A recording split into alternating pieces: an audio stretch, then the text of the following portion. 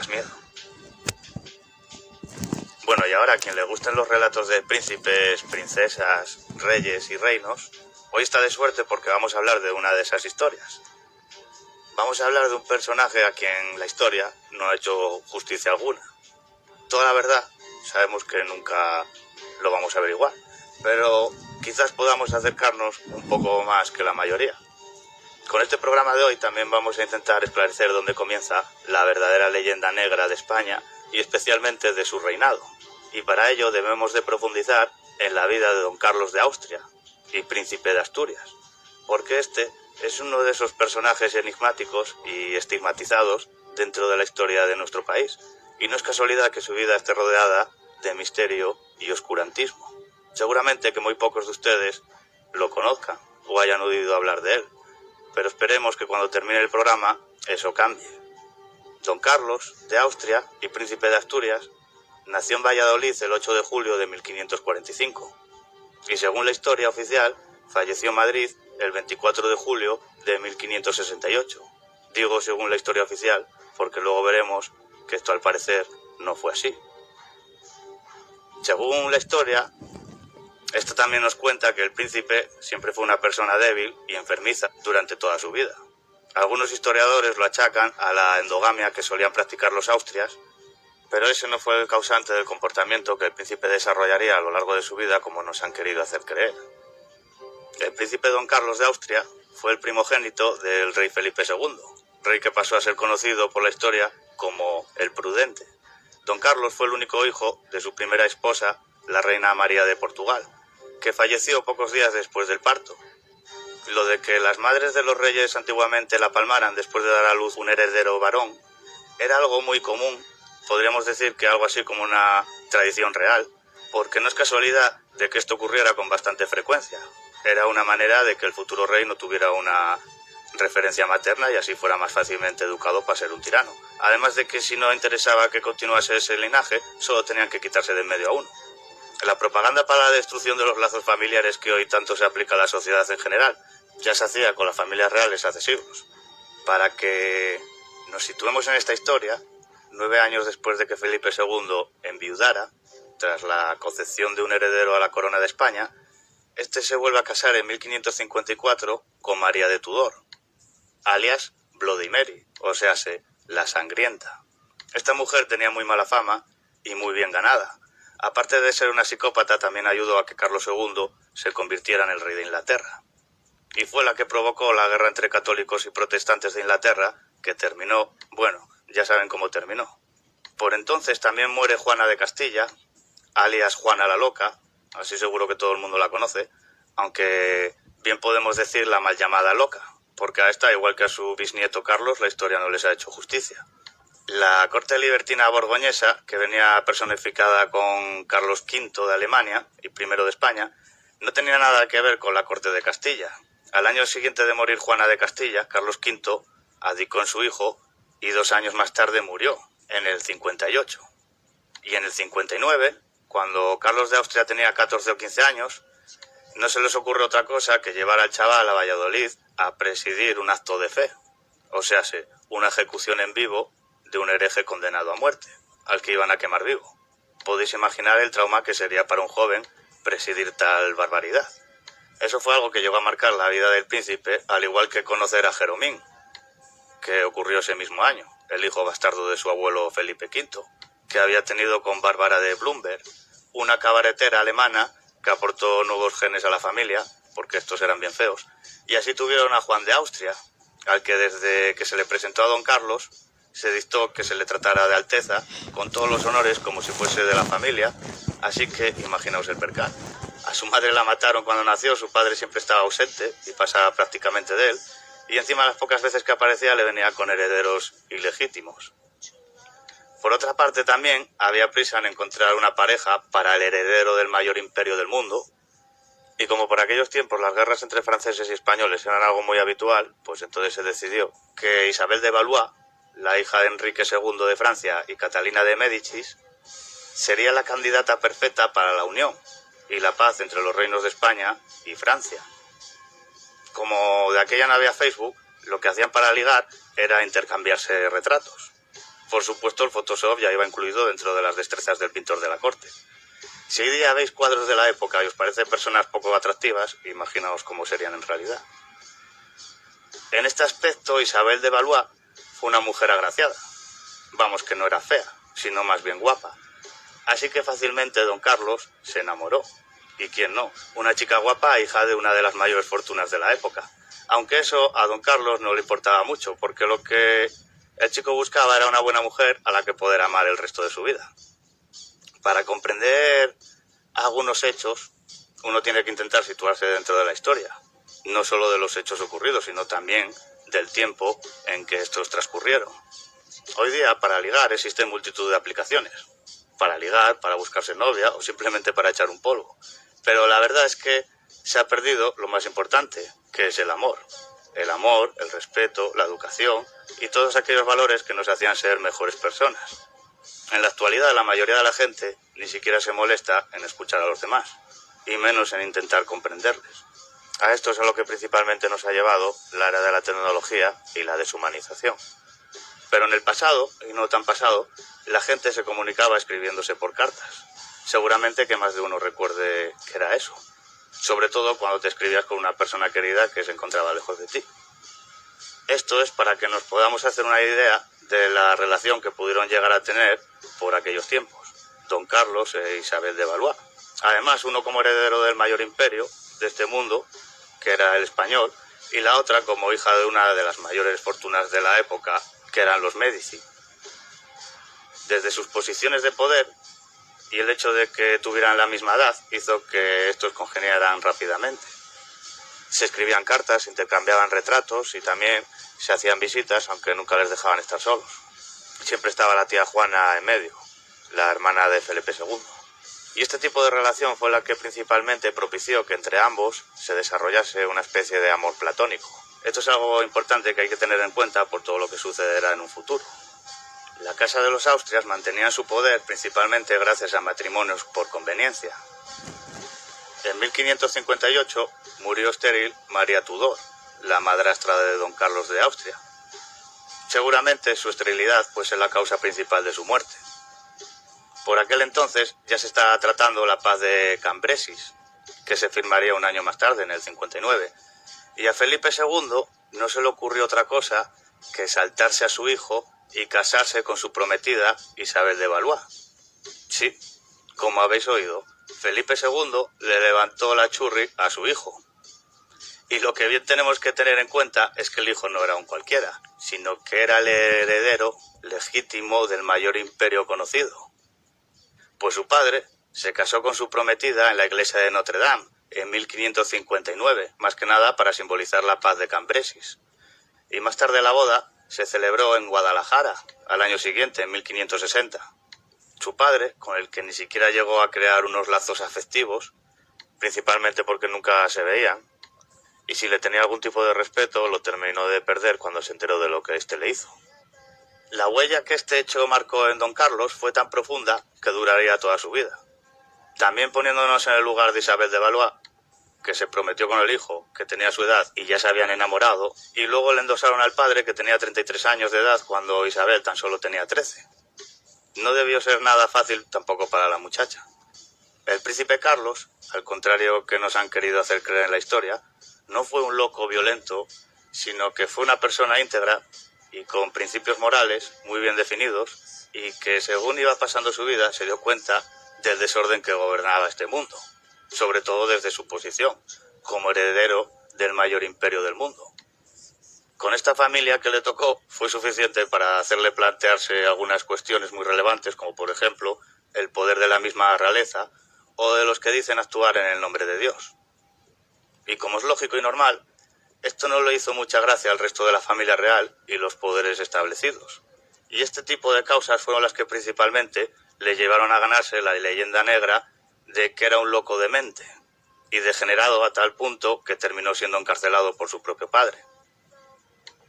Don Carlos fue el nombre que le pusieron en honor de su abuelo, el César Carlos V, por la muerte de su madre, y debido a que el padre se pasaba la vida de viajes y correrías por el imperio, don Carlos fue criado con todos los vicios de una corte poderosa y libertina, como era la corte borgoñesa de los Austrias.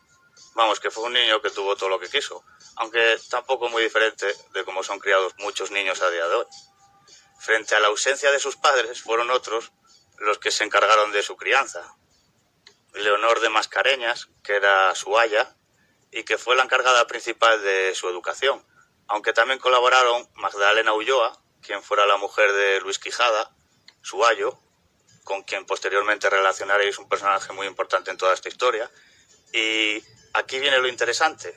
La otra persona encargada de la crianza de don Carlos fue don Juana de Austria, que era su tía, la hermana de Felipe II. Este es un personaje clave en toda esta historia porque don Juana de Austria ha pasado a la historia como la única mujer jesuita reconocida oficialmente por la historia. Como ya comentamos en el anterior programa, sí hay mujeres jesuitas, pero esta es la única que la historia oficial ha reconocido.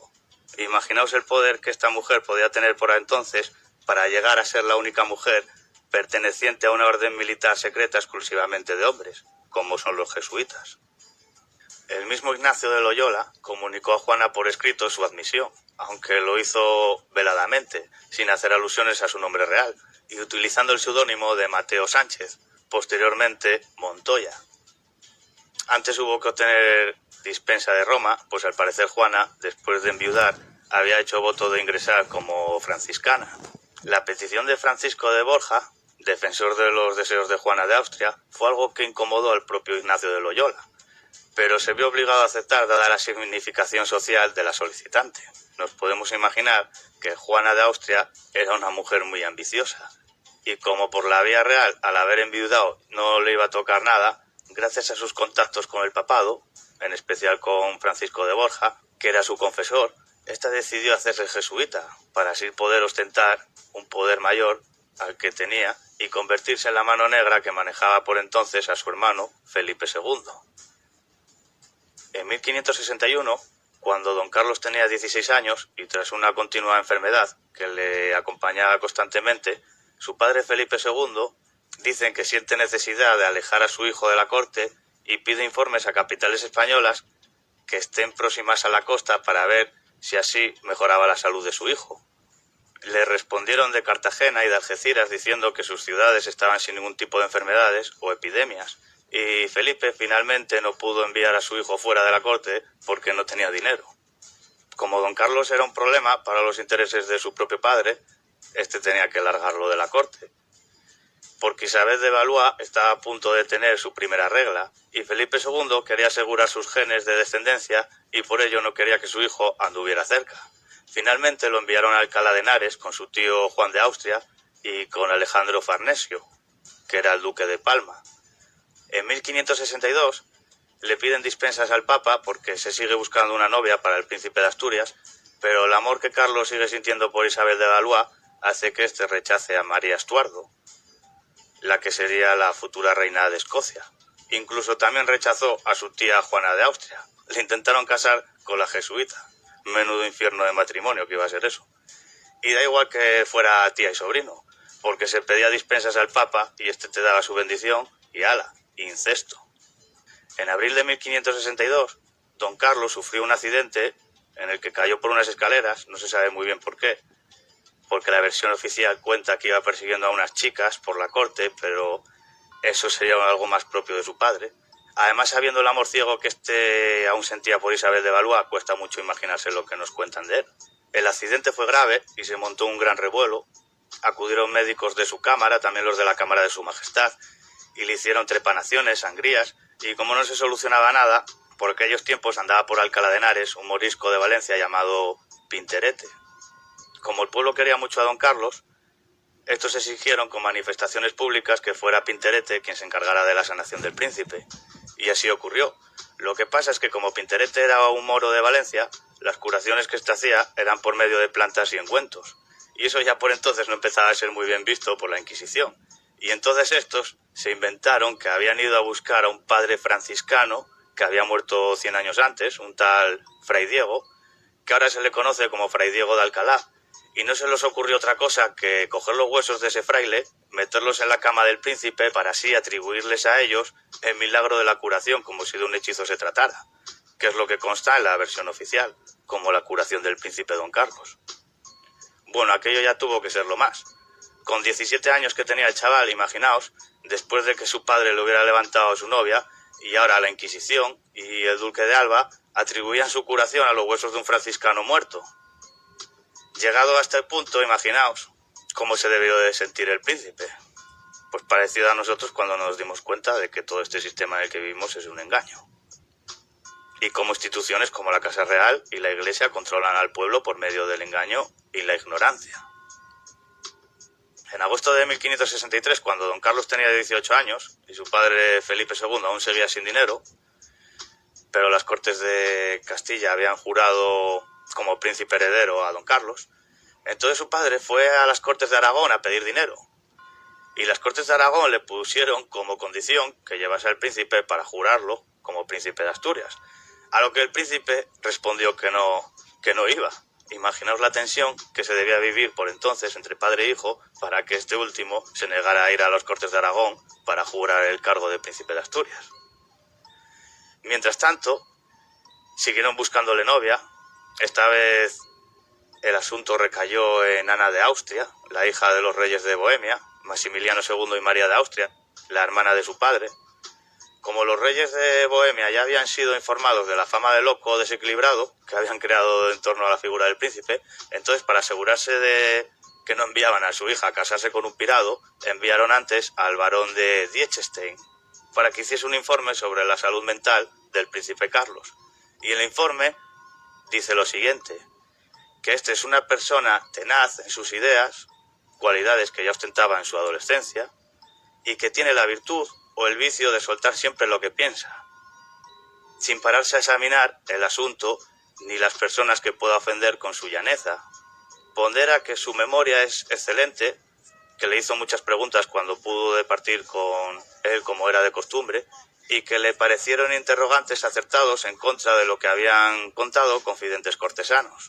Resalta también, en el plano de sus potenciales intelectuales, que es sumamente piadoso y enamorado de la justicia, detestando la mentira y rechazando a quienes hayan falseado la verdad en su presencia, siendo a su vez inclinado a la sociabilidad con seres íntegros y virtuosos. Bebe solo agua y le repugna el vino. Es hospitalario y favorecedor de los individuos que le sirven bien y con exactitud en cuanto que apunta cautela en sus avisos cuando se proyecta hacia la esfera de las apetencias sexuales, manifestando que la sospecha generalizada es que no ha copulado y que cuando se comenta la cuestión delante de él se muestra firme en su convencimiento de mantenerse casto y entregado a quien vaya a ser su esposa por encima de que se burlen de su integridad y le atribuyan condición de eunuco. Bueno, este es un informe independiente que nos da mucha información acerca de la persona de don Carlos, alejada de esa imagen de sádico desequilibrado que nos han vendido. Y también podemos llegar a ver el amor que éste aún sentía por su prometida, Isabel de Valois, la que su propio padre le robó. Y como don Carlos vivía en una corte libertina y no se dedicaba a perseguir a las muchachas aprovechándose de su posición, como parece ser que debía ser lo normal, pues rápidamente las malas lenguas comenzaron a extender el bulo de que el príncipe era un eunuco.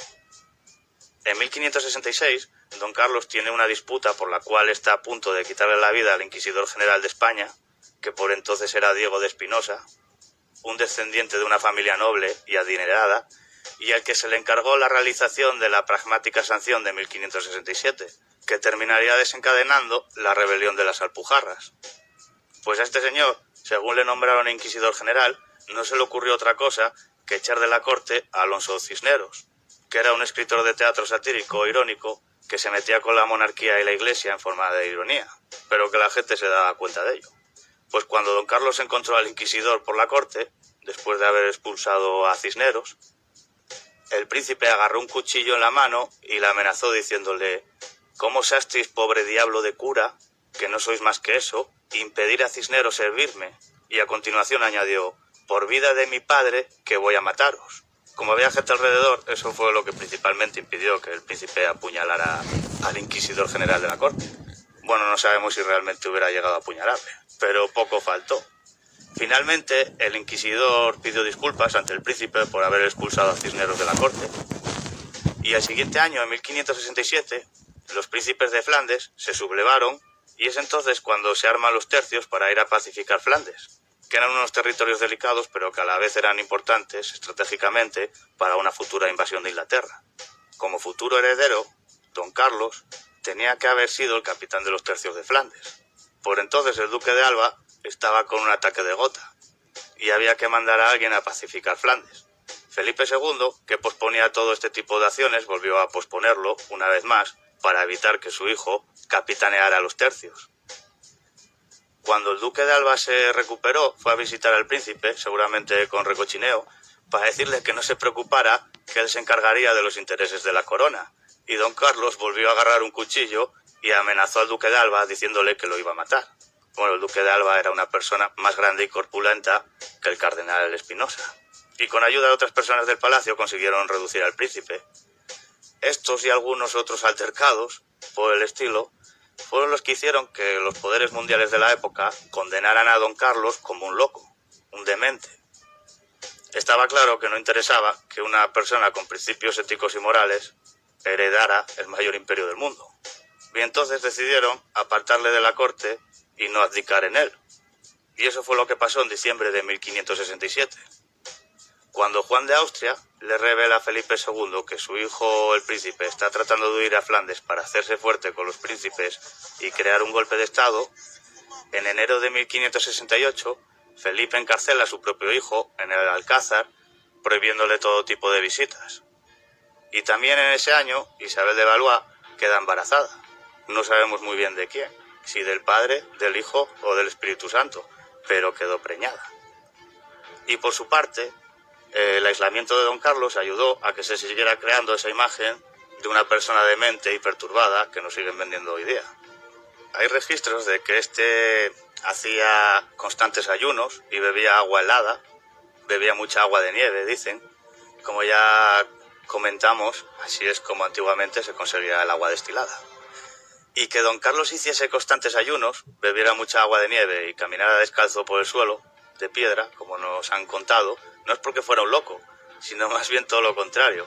El príncipe sabía muy bien que le estaban envenenando, sobre todo conociendo a su tía, la jesuita, que caminara descalzo seguramente que lo hiciera para mantener baja la temperatura de su cuerpo, al igual que los ayunos constantes y el agua de nieve le servían para hacer una limpieza de su organismo, y así eliminar más fácilmente los venenos que le estuviesen suministrando.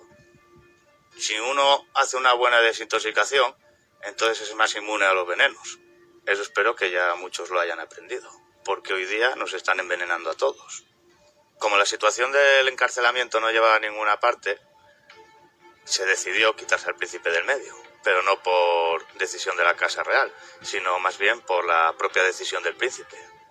No se sabe muy bien quién planificó la escenografía de su muerte, pero se sabe que don Carlos tomó una pócima que le llevaría a un coma inducido el 24 de julio de 1568, exactamente la víspera de Santiago Matamoros, la fiesta grande de España, para así al día siguiente, mientras que todo el mundo estaba de celebraciones, fiestas y toros, aprovecharían para desenterrarlo y recuperarlo del coma inducido. Y entonces es cuando don Carlos desaparece de la historia para posteriormente reaparecer bajo el seudónimo de Miguel de Cervantes. El nombre de Miguel lo eligió en honor al hijo de Isabel, la primogénita de los reyes católicos, que se casó con el rey de Portugal, Manuel el Afortunado. Esta fue otra que también la palmó después de dar a luz un heredero varón, que se llamó Miguel, y que duró 2 años hasta que murió. Para que os deis cuenta de cómo fue la cosa, para que la Casa de Austria consiguiera el poder de la corona de Castilla, lo primero que debían de hacer era deshacerse del heredero de los reyes católicos, Juan, que la palmó a los 15 años de edad, envenenado. El siguiente en la lista era Miguel, y también murió envenenado. Su padre, el rey de Portugal, al quedarse viudo, decidió que los reyes católicos se hicieran cargo del niño, y este murió al poco de llegar a la corte.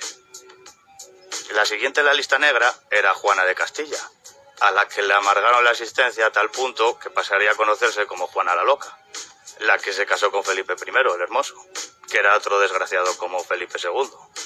Lo que pasa es que el Hermoso, además de ser un mujeriego, también era un maltratador, y eso a una mujer como Juana de Castilla, la mal llamada Loca, no le hacía mucha gracia.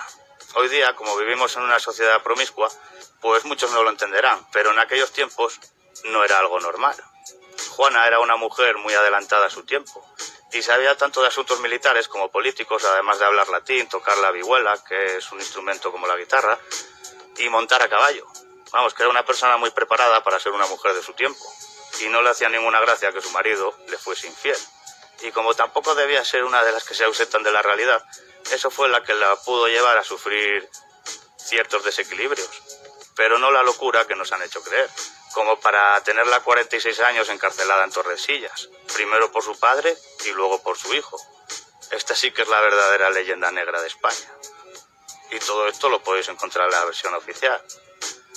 El apellido de Cervantes lo tomó de la familia que le ayudó a escapar y la cogió, que eran una de las familias que se habían envuelto en la revuelta de los comuneros y que estaban en contra del orden que se estaba estableciendo ya por 1569. Entonces había muchas familias que se oponían al yugo del imperio y una de ellas era la familia Cervantes. Porque lo que nos han vendido como el Renacimiento no fue que volvieran las artes griegas y latinas, sino que renació el Imperio Romano, escondido tras su falsa religión y apoyándose en sus falsos contratos divinos. El seudónimo de Miguel de Cervantes nace bajo el reinado de la Casa de los Austrias allá por 1547, y lo que hoy día se sabe es que la partida de bautismo expedida en Alcalá de 1547 está manipulada, ha sido falsificada. En dicho documento el nombre de Miguel fue añadido a posteriori en el margen izquierdo y casualmente el año es la misma fecha en la que nació don Juan de Austria. Estos, junto a otros detalles que vamos a comentar, son los que don Carlos fue dejando para que en un futuro alguien se diera cuenta de su historia. Que usase el mismo año en que nació Juan de Austria lo podemos entender porque estos se habían criado juntos en su adolescencia en Alcalá de Henares y como más o menos tenían edades parecidas y ostentaban la misma posición como herederos del imperio, esto hizo que crearan una gran amistad que les convertiría en buenos compañeros de aventuras, y aunque al final Juan se chivó de las intenciones que el príncipe tenía de huir a Flandes, lo que le costó su cautiverio, aún así don Carlos le terminó perdonando porque al final Juan de Austria lo acaban matando cuando estaba en Flandes porque al padre le dijeron que iba a provocar un golpe de estado. Don Carlos, bajo el seudónimo de Miguel de Cervantes, se intercambia varias veces con la persona de don Juan de Austria en su obra. El nombre del Quijote lo toma en honor de Quijada. Don Luis Méndez de Quijada fue el mayordomo de Carlos I y le había acompañado en sus andanzas por Europa. Cuando nace Jeromín, el hijo ilegítimo de Carlos I, que más tarde se convertiría en don Juan, es Quijada quien se entera primero y es el encargado de darlo al cuidado de un músico que lo llevaría a España. Pero no por ello deja de enterarse en qué condiciones está el niño.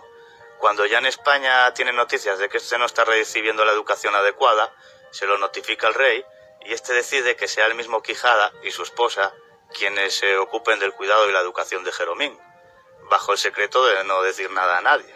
Secreto que Quijada guarda muy celosamente incluso con su propia esposa hasta que, muerto Carlos I, don Felipe decidió hacerlo público. Su esposa tampoco le exigía que se lo descubriera, pues no tenían hijos y ambos se encariñaron con él y lo trataron como si fuera suyo.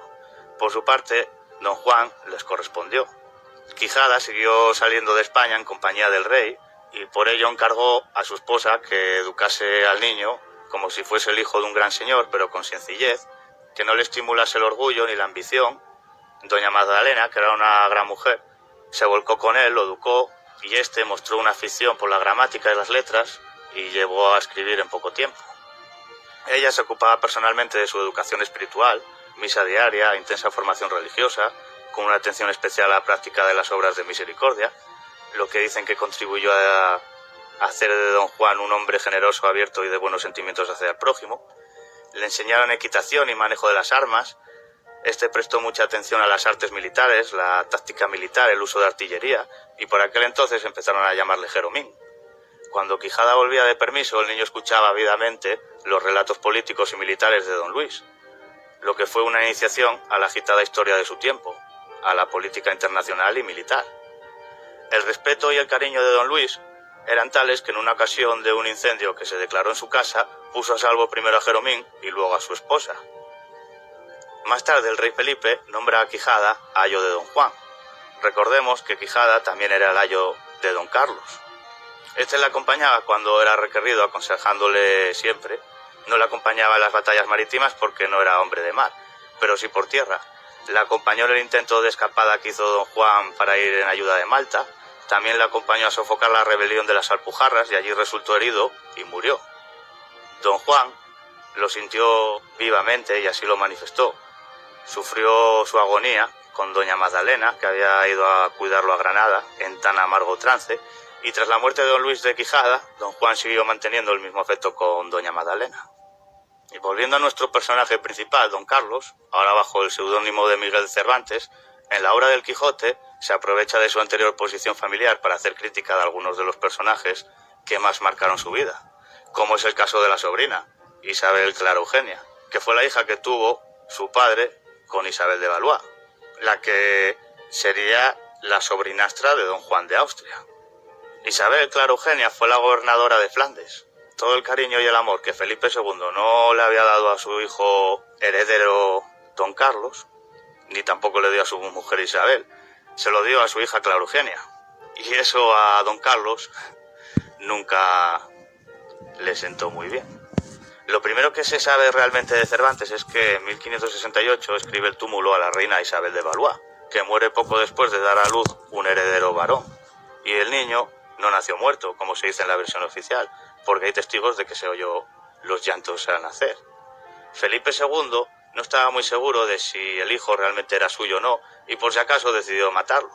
Y su madre murió pocos días después del sufrimiento tras haber vivido el asesinato de su hijo. Isabel de Valois murió a los 23 años de edad, y no solo fue una chica guapa de familia rica, sino que también debió ser una buena persona con un carácter humanista, lo que la llevaría a ser recordada como Isabel de la Paz. Don Carlos, bajo el seudónimo de Miguel de Cervantes, compuso el túmulo a su muerte, y que es el epitafio que ha quedado grabado en su propia tumba.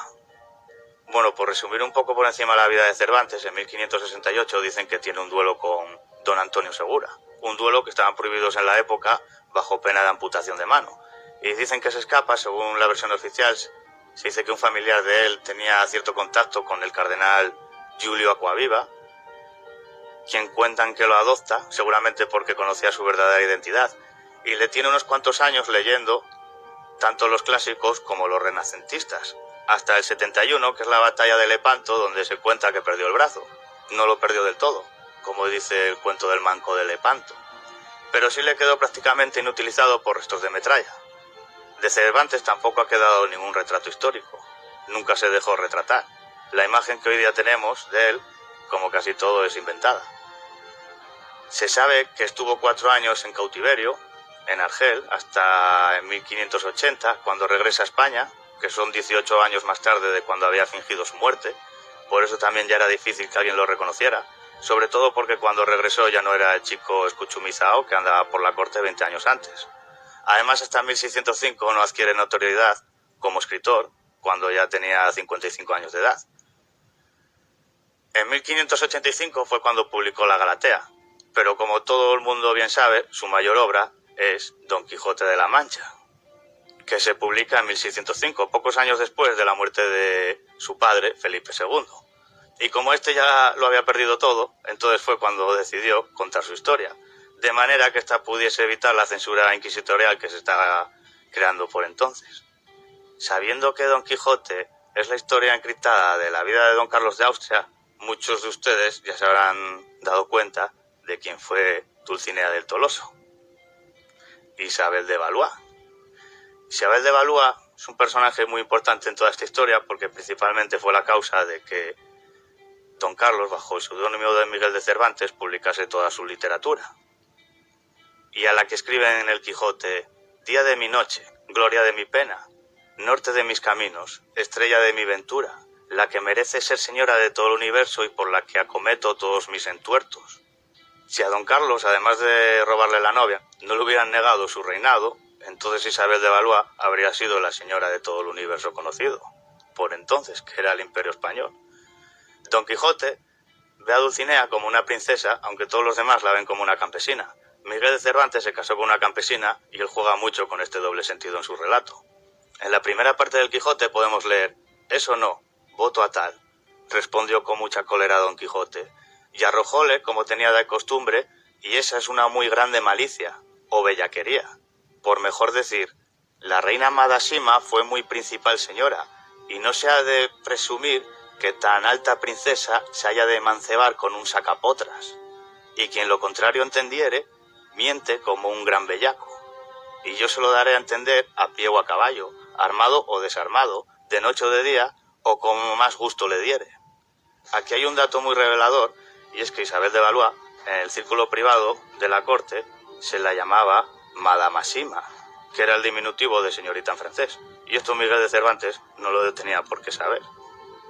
También en más de una ocasión Don Quijote nombra a Helena o a Lucrecia cuando habla de su Dulcinea del Toloso. Helena es a quien París rapta y provoca la guerra de Troya, como hizo su padre Felipe con él y su prometida. Y Lucrecia es un personaje de la antigua Roma, violada por Sexto Tarquino, el hijo de Tarquino Soberbio, el rey del siglo V a.C., que le confiesa a su marido que ha sido violada por Sexto y por deshonra se suicida clavándose un cuchillo. Por eso Cervantes ensalza a estas dos mujeres como ejemplo de honra y fama, como la que tuvo para él su querida Isabel de Valois. El celoso extremeño es otra obra de Cervantes que muestra también el amor que éste vivió por Isabel y cómo el hecho de que su padre se apoderara de ella le dejó marcado de por vida. El papel de su padre, Felipe II, en el Quijote está encriptado tras el personaje del barbero o cirujano, que por aquel entonces también se conocían como sacapotras. En 1600, en España, el mismo que te hacía la sangría era el que te afeitaba la barba. También hay que diferenciar que en el Quijote se nombran dos barberos, y eso es porque el padre que acogió a don Carlos, bajo el apellido de Cervantes, también era barbero. Por eso el barbero de su pueblo es el padre de acogida, y el otro es el del yelmo de Mambrino, al que le dice en el Quijote: defiéndete, cautiva criatura, o entrégame de tu voluntad lo que con tanta razón se me debe. Si estas palabras las ponemos en boca de don Carlos, a quien no le querían dejar la corona ni tampoco le dejaron capitanear los tercios de Flandes, podemos entender que ese yelmo de Mambrino era la corona que le negaron como sucesor legítimo al trono. También podemos leer en el Quijote: hacia nosotros viene uno que trae en su cabeza puesto el yelmo de Mambrino, sobre el que yo hice el juramento que sabes. ¿Sabes cuál es ese juramento? Príncipe de Asturias. A él le juraron las cortes. Eso es lo que Don Quijote le dice a Sancho: yo hice el juramento que tú sabes. El Quijote está lleno de alusiones a la corona de Austria, y Sancho es su alter ego. Y el ama de llaves, que le quema la biblioteca junto a su sobrina, no es otra que su tía, Juana de Austria, la jesuita, la que supuestamente se encarga del cuidado y del control de Don Quijote para que éste no se vuelva loco y no salga a las andanzas, y llamada por Sancho el ama de Satanás. Esta es la que mangoneaba todo tras su hermano Felipe II, que pese a todas las barbaridades que hizo, este no daba el perfil de un psicópata, sino más bien el de una persona muy débil y fácilmente manipulable. Y otro personaje encriptado en la vida de don Carlos, que se ha introducido en el Quijote, ha sido el del cura, que se encarga de urdir todas las estratagemas, como enjaular a don Quijote en la jaula de bueyes, al final de la primera parte. Pues este no es otro que Diego de Espinosa, el cardenal de la Santa Inquisición, con el que don Carlos se enfrenta tras la expulsión de Cisneros de la corte, que no solamente era el inquisidor general, sino que también era el presidente del Consejo de Castilla y el jefe del Consejo de Estado y del Consejo Privado de Felipe II. Así que si la jesuita mangoneaba por un lado, este era el que lo hacía por el otro. Como suele pasar, tanto uno como el otro son personajes que la historia ha ocultado para dejarle la mala fama a Felipe II, que era el que daba la cara. Pero que al igual que los presidentes y realezas de hoy día, tan solo son marionetas en manos de intereses mayores. Ahora que ya estamos dentro del contexto, vamos a leer unas frases del Quijote para entender mejor a este personaje tan famoso de la literatura castellana. En la segunda parte del capítulo 3, cuando está hablando con el bachiller, dice: los historiadores que de mentiras se valen habían de ser quemados, como los que hacen moneda falsa. O sea, sé que los que manipulan la historia deberían de ser quemados, al igual que la Reserva Federal, el Banco Central Europeo y demás entidades bancarias privadas. Y luego también podemos leer: la historia es como cosa sagrada, porque ha de ser verdadera, y donde está la verdad está Dios. En cuanto a la verdad, Pero no obstante esto, hay algunos que así componen y arrojan libros de sí como si fuesen buñuelos. Don Carlos imaginó que en un futuro alguien acabaría destapando su historia y por eso en la primera parte del capítulo 2 de Don Quijote nos dice: ¿quién duda sino que en los venideros tiempos, cuando salga a la luz mi verdadera historia de mis famosos hechos, que el sabio que los escribiere no ponga cuando llegue a contar esta mi primera salida de tan mañana de esta manera? Dichosa edad y siglo dichoso, aquel a donde saldrán a la luz las famosas hazañas mías, dignas de entallarse en bronces, esculpirse en mármoles y pintarse en tablas. Para memoria en lo futuro, oh tú, sabio encantador, quien quiera que seas, a quien ha de tocar ser el coronista de esta peregrina historia, ruégote que no te olvides de mi buen Rocinante, compañero eterno mío en todos mis caminos y carreras. Bueno, la figura de don Carlos de Austria ha sido tan estigmatizada que muchos de los datos al respecto de su persona han sido censurados, sobre todo dentro de la propia historia de España. Pero si leen su biografía oficial, se dan cuenta de muchas cosas, sobre todo de que no fue un loco, como nos han hecho creer, sino más bien un rebelde. También sepan que el actual rey de España se llama Felipe en honor al padre de don Carlos, y su padre, nuestro anterior rey, pues nació en Roma. Y el reinado de los Austrias tampoco creáis que duró mucho más. En 1700 falleció Carlos II, el último Austria, otro también no muy bien tratado por la historia, que pasaría a ser conocido como el hechizado, pero ya os podréis imaginar de dónde llegó el hechizo. Los mismos poderes que hoy día nos manejan a todos, a su voluntad, son los mismos que también manejaron la historia en el pasado. Lo que pasa es que antes estaban más expuestos, y don Carlos, como heredero al trono del mayor imperio conocido, se enfrentó a ellos directamente. Por eso, aún a día de hoy, muchos de nosotros seguimos siendo como Don Quijote y luchamos contra esos gigantes a los que la mayoría tan solo ve como simples molinos de viento. También por eso la historia del Quijote es, como solemos decir aquí, algo atemporal, como los temazos que hacemos de Mecha Ultra. Y hoy mejor que nunca nos vamos a despedir leyendo unos párrafos del Quijote. Y dice así: la libertad, Sancho, es uno de los más preciosos dones que a los hombres dieron los cielos. Con ella no pueden igualarse los tesoros que encierra la tierra ni el mar encubre. Por la libertad, así como por la honra, se puede y debe aventurar la vida. Y por el contrario, el cautiverio es el mayor mal que puede venir a los hombres. Creo que con este programa de fin de temporada os hemos dejado unos cuantos temas interesantes para que vosotros mismos investiguéis por vuestra cuenta este verano. Como siempre, muchas gracias por escucharnos. Esto ha sido todo por hoy. Muy buenas a todos y hasta la próxima temporada.